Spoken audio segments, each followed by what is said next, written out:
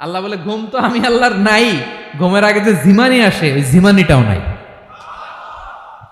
আল্লাহ ডেকে বলে, গোলাম আমি আল্লাহ যদি ঘুমাই, আমি আল্লাহ যদি তোদের মতো ঝিমাই, ভোর রাতে তুই যখন ঘুমিয়ে থাকবি তোর হার্ট হৃৎপিণ্ডটাকে সচল রাখবে কে?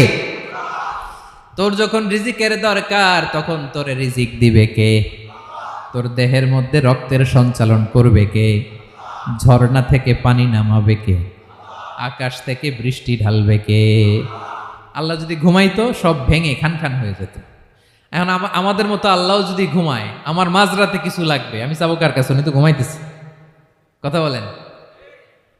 আমার গভীর রাতে কিছু দরকার, তখনও আমার আল্লাহর দয়ার দরকার আছে না নাই?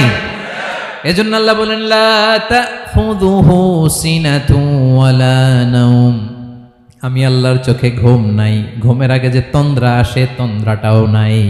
সুবহানাল্লাহ।